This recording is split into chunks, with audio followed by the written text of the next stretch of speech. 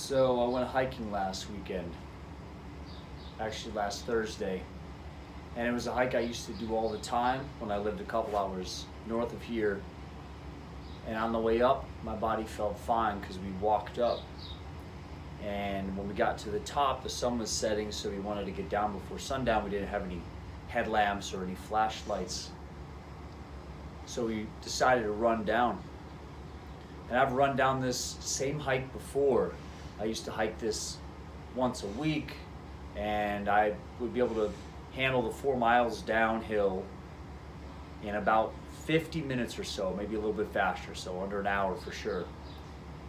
And last week it took us about an hour and a half, and my knee was swollen and painful by the end. And this is new. I mean, I've had an issue with this knee for a long time from old track and field injuries that really never got repaired.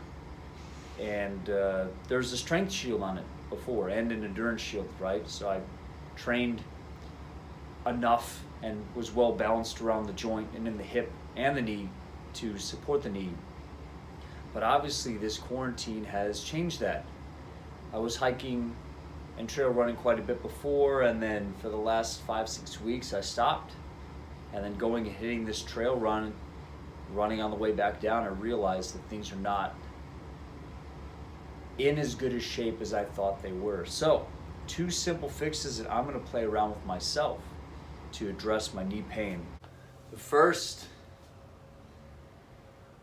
is called a single leg deadlift, or Romanian deadlift, or a hinge. And I'm going to balance barefoot, ideally. I'm going to work on the leg that's bothering me. I'll start with that side, lift the other knee up, and I'm going to try to hinge from the hip.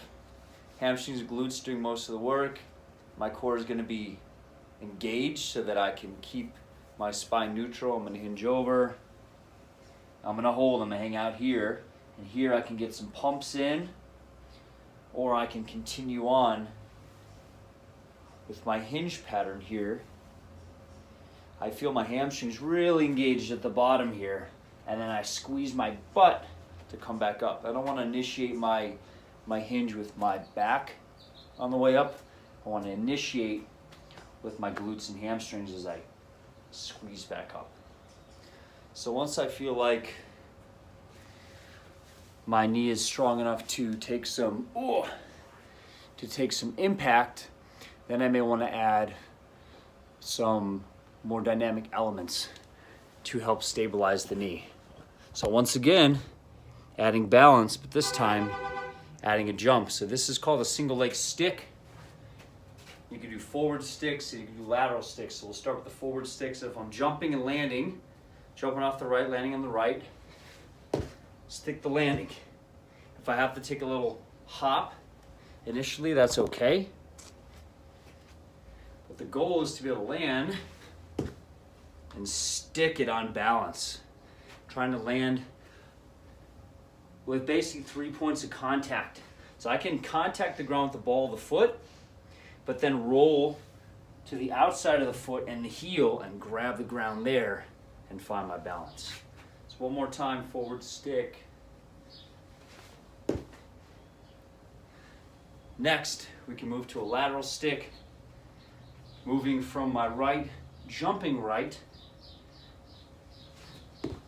Once again, sticking, trying to find balance. That's your second variation. It's harder. It's more challenging to go laterally towards the outside of the ankle. Now if I'm jumping towards the inside of the ankle, that is the hardest one. So if I'm jumping off my right leg and I'm jumping to the left, it's going to look like this. And landing and sticking it. So play around with those in that order.